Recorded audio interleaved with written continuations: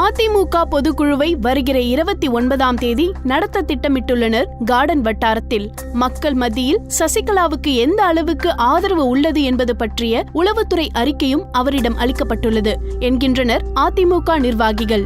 முதல்வர் ஜெயலலிதா மறைவை தொடர்ந்து அதிமுகவின் புதிய பொதுச் செயலாளரை தேர்வு செய்யும் பணியில் ஈடுபட்டுள்ளனர் அதிமுக சீனியர்கள். தம்பிதுரை, செங்கோட்டையன், மதுசூதனன் உள்பட கட்சியின் சீனியர்கள் அனைவரும் ஒரே குரலில் சசிகலா தலைமையை முன்னிறுத்தி நேற்று அமைச்சர்கள் எடப்பாடி பழனிசாமி, வேலுமணி, செல்லூர் ராஜு, உதயகுமார் உள்ளிட்டவர்கள் தமிழகத்தின் முதல்வராக சசிகலா பதவியேற்க வேண்டும் என பேசி வந்தனர். மன்னார்குடி உறவுகளின் அழுத்தம் காரணமாகவே அமைச்சர்கள் இவ்வாறு பேசி வந்தனர். தற்போது முதலமைச்சர் பதவிக்கு தன் பெயர் முன்னிறுத்தப்படுவதை சசிகலா விரும்பவில்லை. கட்சி பதவிக்கு வந்த பிறகு 6 மாதங்கள் போகட்டும் என நினைக்கிறார். ஜெயலலிதா மரணத்தை தொடர்ந்து தன் மீதான மக்கள் பார்வை எப்படி இருக்கிறது என்பது பற்றி உளவுத்துறையிடம் அறிக்கை கேட்டிருந்தார். அவர்கள் கொடுத்த அறிக்கையில் கட்சிக்குள் எந்தவித எதிர்ப்பும் இல்லை, மக்கள் மத்தியில் அதிருப்தி அலை வீசுகிறது என தெரிவித்திருந்தனர். இந்த பதிலை சசிகலாவும் எதிர்பார்த்திருந்தார்.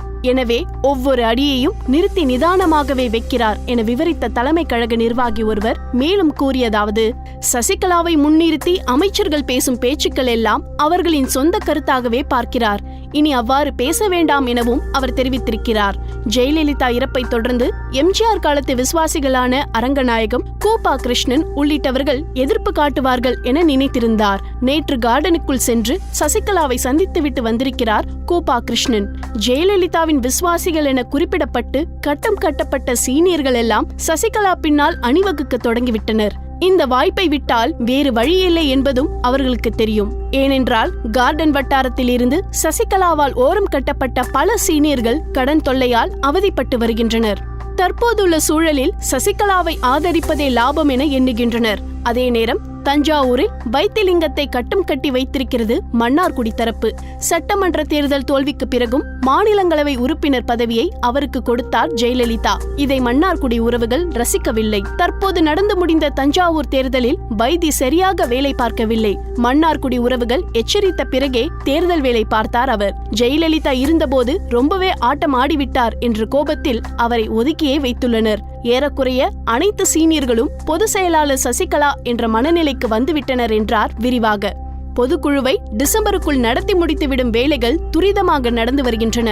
டிசம்பர் 24ஆம் தேதி எம்ஜிஆர் நினைவு நாளுக்கு பிறகு பொதுக்குழுவான தேதி அறிவிக்கப்பட இருக்கிறது. தொடக்கத்தில் கொடநாட்டில் பொதுக்குழுவை நடத்தும் முடிவில் இருந்தனர். இப்போதுள்ள சூழலில் கொடநாட்டுக்கு பொதுக்குழு உறுப்பினர்களை வரவழைத்தால் பயந்து போய் கூட்டத்தை நடத்துகிறார்கள் என பிரச்சாரம் செய்வார்கள். எனவே சென்னை அல்லது மதுரையில் கூட்டத்தை நடத்துவோம் என சின்னம்மாவிடம் ஆலோசித்துள்ளனர் சீனியர்கள். இறுதியாக எப்போதும் போல சென்னை வானகரத்திலேயே நடத்தலாம் என ஒப்புதல் கொடுத்திருக்கிறார். வரும் 29ஆம் தேதி பொதுக்குழுவுக்கான தேதி குறிப்பிட்டிருக்கிறது. ஆட்சி அதிகாரத்தில் OPS இருந்தாலும் கட்சி நிர்வாகத்துக்கு கட்டுப்பட்டுதான் செயல்பட வேண்டும். மக்கள் மத்தியில் நிலைமை சீரான பிறகு அதிகாரத்திற்குள் சசிகலா வருவார் என்கின்றார் அதிமுக நிர்வாகி ஒருவர். ஒவ்வொரு காலகட்டத்திலும் ஆட்சி குறித்த மக்களின் மனநிலையை அறிவதற்காக சர்வே எடுக்க உத்தரவிடுவார் ஜெயலலிதா. அதே பாணியில் உளவுத்துறை மூலம் மக்களின் மனநிலையை கணிக்கிறார் சசிகலா. முதல்வர் சசிகலா என்ற முழக்கங்களும் இன்னும் ஓயவில்லை.